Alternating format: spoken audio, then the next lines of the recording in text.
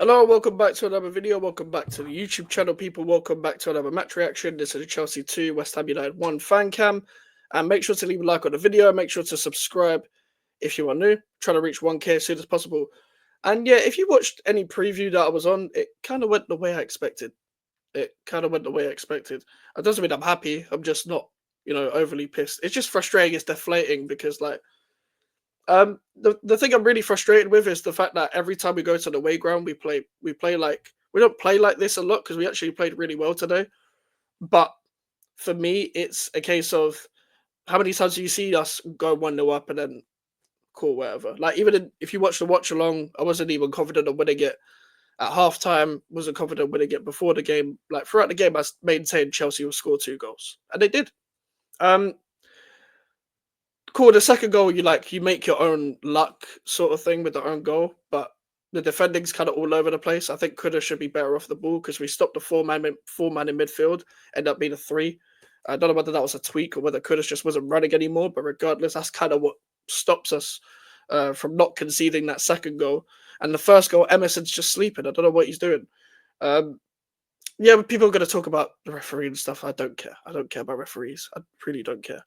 Um, refs are shit for everyone. Refs were shit, but he was shit for both sides today. Refs aren't the reasons why you lose and win games. But going back to our performance, like really positive, and I really liked the setup, especially like obviously we were better in the first half. I really liked the four-man in midfield, the way we defended. I thought Sufal really surprised me today. Sufal was really good. I don't think I'll criticize Potter for was putting on Mavropanos. I don't know whether Sufal couldn't play 90 minutes, but that's the reason why Mavropanos shouldn't. Um, I can't lie. The only time I got rattled was when that shot came off.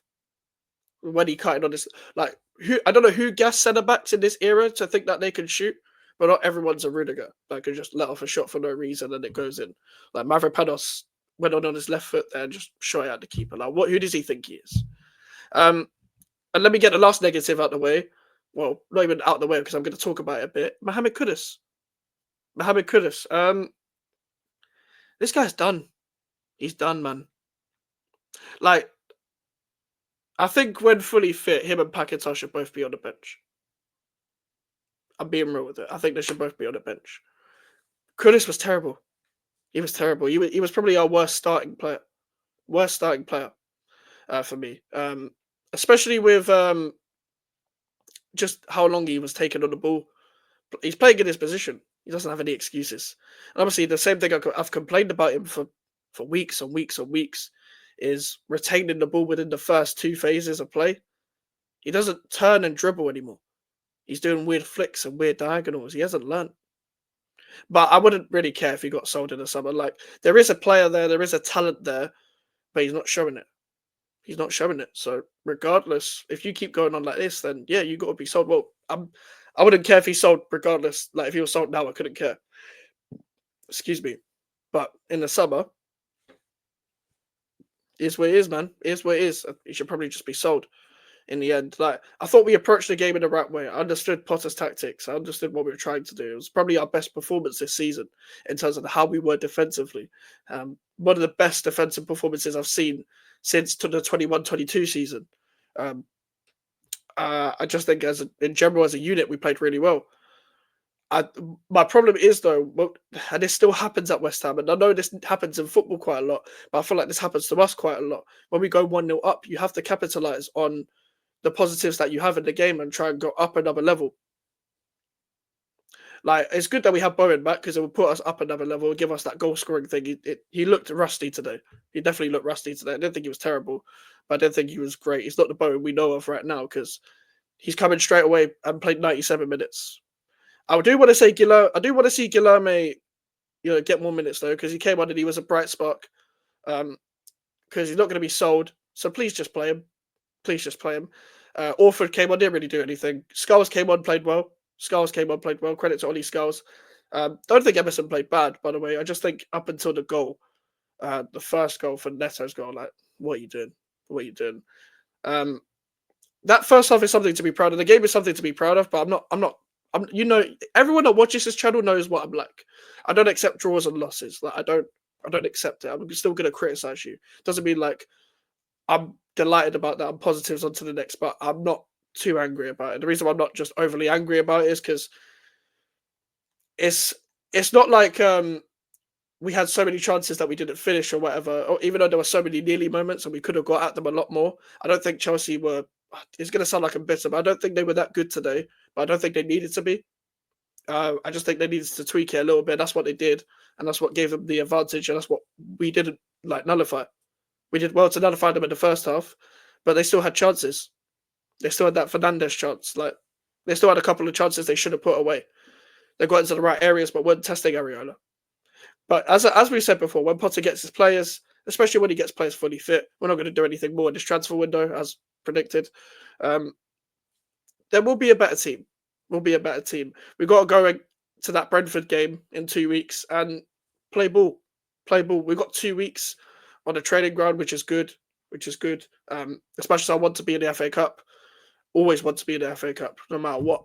And the only advantage is that he gets more time on the training pitch. Obviously, I'm assuming they'll have a couple of days off in between, but you know exactly what I mean. You got more preparation for that game. So do they. So do Brentford as well. They lost to Plymouth. But I'm just saying, getting used to these players, like I like the way we play. We just got to be a little bit more braver.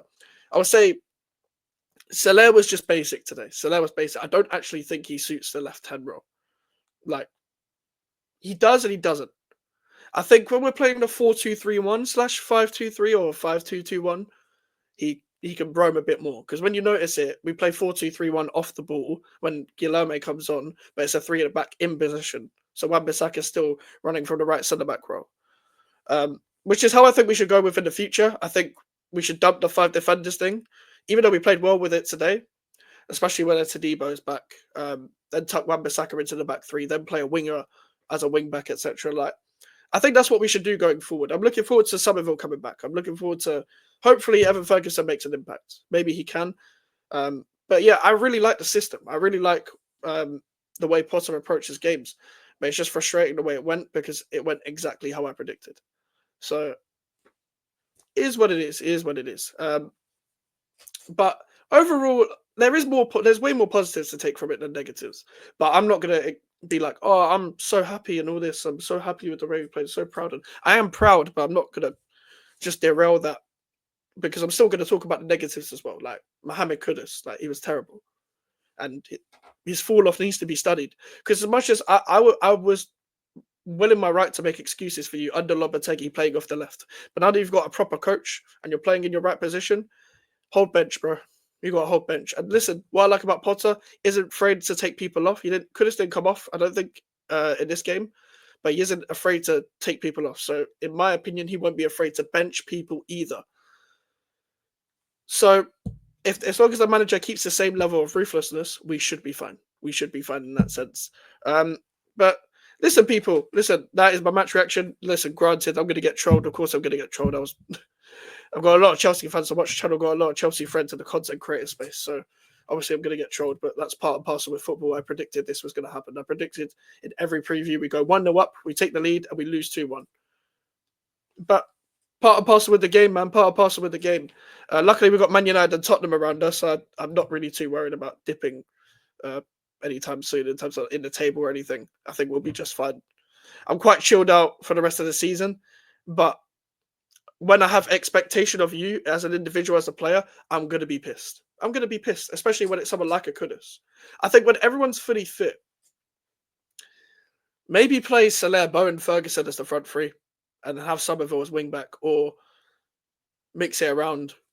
Just mix it around. Or play Guilherme wing back, Somerville, Ferguson, Bowen as the front 3. When I mean when everyone's fit, that's barring Fulkrug and Antonio. I'm mainly talking about when Bowen's fully fit, Somerville comes back, Tadibo comes back. That's what I'm mainly talking about, because Fulkrug is a write-off.